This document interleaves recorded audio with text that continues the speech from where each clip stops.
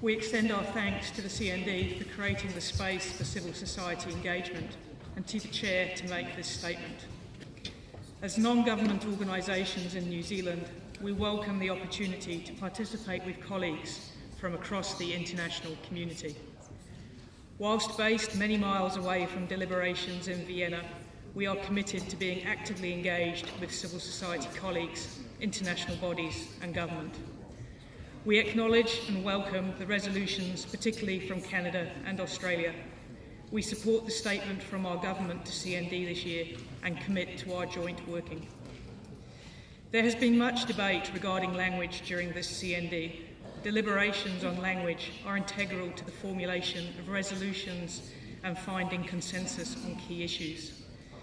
There has also been substantial discussion on stigma and discrimination, particularly with regard to terminology and the role it plays in the formulation of policy. We welcome the Global Drug Commission's report, The Drug Perception Problem, and recommendations regarding use of language when talking about drug use and people who use drugs. We wish to respectfully highlight the influence that our individual values and beliefs play, and which generate powerful undercurrents underpinning perspectives taken at an individual and societal level. Throughout the last few days, we have consistently heard phrases such as they, them, those people, and addicts in our society. If we are to successfully address stigma and discrimination, we believe we need a shift in mindset. Aside from cultural, societal, and religious differences, when we continue to see people who use drugs as other and separate to ourselves, then we will never address stigma and discrimination in any meaningful way.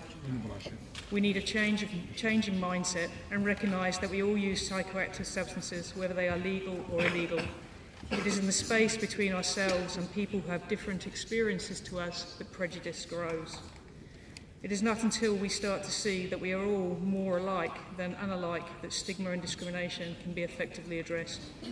Building our understanding of our own and others' lives is the foundation of a society based on compassion, empathy, and understanding. We must recognise that drug use takes many forms. In the vast majority of cases, the use of drugs does not lead to problematic use or dependency. Drug use cuts across all society.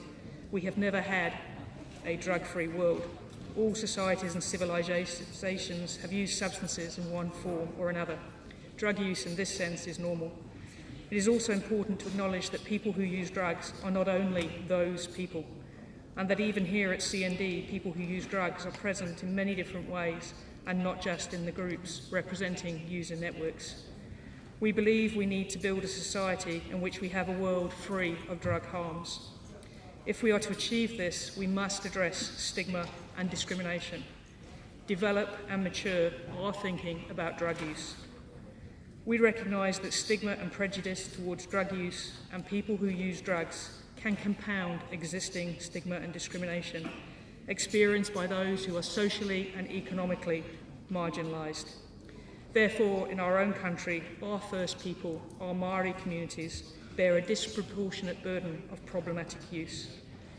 It is essential to acknowledge that drug use and drug use problems are complex and not the result of a moral weakness, failing or illness, but a complex interaction of factors including oppression, colonisation, discrimination, trauma and social injustice. It is essential, if we are to successfully build a world free from drug harms, that we heed the words of a Māori proverb, he tangata, he tangata, he tangata. What is the most important thing? It is people, it is people, it is people. Thank you.